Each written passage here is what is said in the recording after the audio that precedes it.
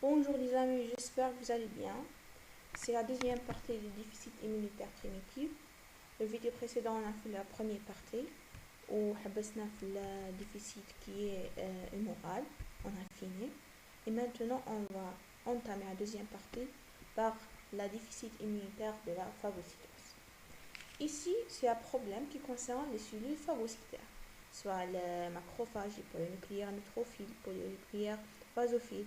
On a des déficits quantitatifs qui concernent le taux des cellules et un déficit qualitatif qui concerne la fonctionnement.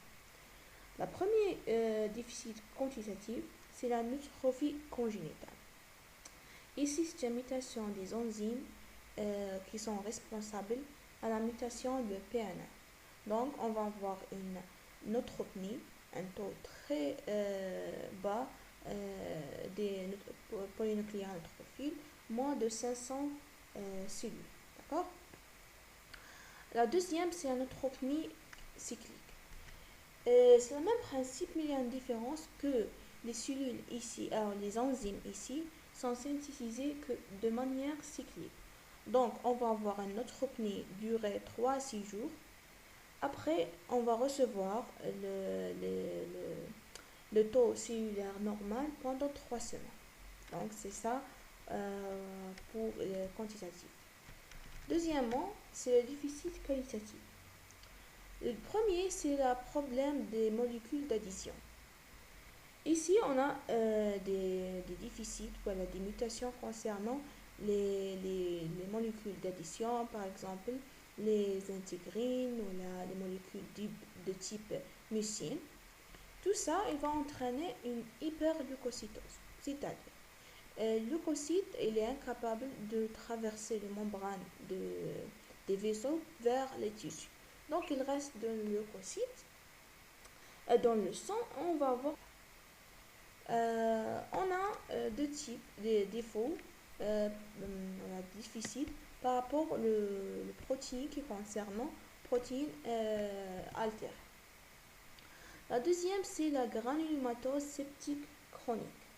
Ici, c'est un problème dans la bactéricide.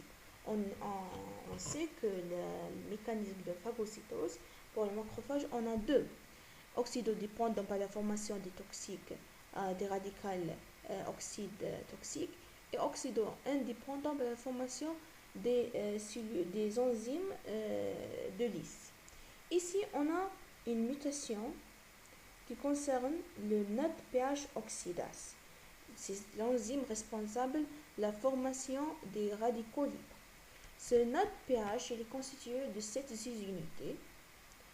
La mutation ou l'altération la plus fréquente concerne la mutation de 6 unités GP91.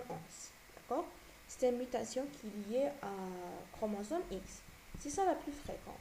Mais il y a des mutations qui concernent les autres 6 unités, sont des mutations à transfusion autosomique récessive. D'accord? C'est ça pour le granulomatose septique. Je conseille de concerner à ça parce que j'aurais pas eu à lire. La deuxième, c'est la dysrégulation immunitaire.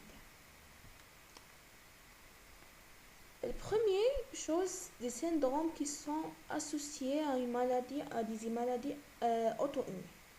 La deuxième et la première, c'est le syndrome polyendocrinien.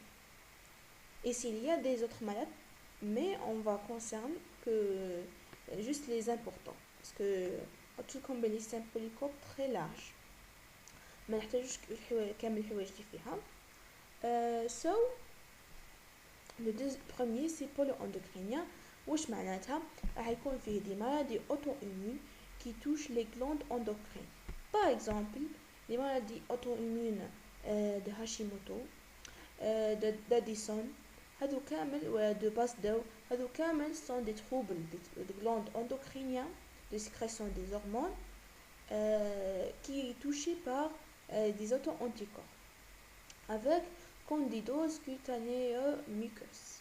On a ici une transmission autosomique تقدر تكون dominant ولا récessive de protéine R. protéine R إذا راكم شايفين شفناه في les maladies auto-immunes هما qui est responsable de la tolérance centrale dans la sélection négative. Ah, pardon. La sélection négative des thymus, des cellules LT. D'accord. La deuxième, c'est la dysrégulation immunitaire, polyendocrinopathie, entéropathie liée au chromosome X. Ça, il faut retenir que c'est une mutation d'une protéine qui s'appelle FOXP3, responsable à la différenciation delta régulatoire. Il touche directement la régulation, elle est responsable de la régulation de l'immunité. C'est une mutation liée au chromosome X. Ok, ok. Nous avons le déficit, voilà le problème au niveau du complément. C'est pour ça que j'ai dit que le déficit immunitaire est très large. Parce que pour chaque niveau de système immunitaire, il va y avoir un problème défini. Ça dépend de l'étiologie. Premier, c'est concernant le voie classique. Le voie classique, on a des protéines précoces qui vont يبداو la réaction. على بالكم شنو كيفاش تجي الفوا classique. عندك la CGD C1Q qui va s'activer après la fixation des G1 et GG. Après, il va activer C1R, après le C1S, après, il va cliver le C4, et ainsi de suite. Le premier, c'est on a le déficit de protéines précoce. On va avoir des prédispositions aux infections de germes pyogènes encapsulés. On va avoir des maladies auto-immunes. Une information très importante que pendant la lupus, on va avoir un déficit dans C4. Pendant la lupus érythémateuse systémique, on va avoir un déficit en C4. La deuxième, c'est la déficit en C1 inhibiteur qui régule la voie classique. C'est un déficit dominant. Elle va entraîner un œdème angio-œdème bradykinique parce qu'elle a un rôle aussi dans la régulation de la production de bradykinin qui est responsable de la vasodilatation des vaisseaux. Elle va entraîner ainsi des œdèmes de la partie supérieure du corps. D'accord. Où on va avoir dans le profil immunologique un clivage très important de C4. C'est ça qui va aboutir à son diminution. Le voie interne, pour le déficit voie interne, c'est le déficit en properdine. Properdine, c'est une protéine qui stabilise le complexe de ces trois convertases. C'est une anomalie liée au chromosome X. Caractérisée par des méningites, des récidives sont exceptionnelles, des infections. Il a abouti à un délai moyen de survenue, 14 ans. La déficit dans les protéines de régulation, on va avoir ainsi des syndromes atypiques rénal, parce qu'il y a un syndrome atopique. C'est ça, syndrome atopique qui va associer à un syndrome hémolytique et une glomérulonéphrite. Après, normalement c'est ça. On a fini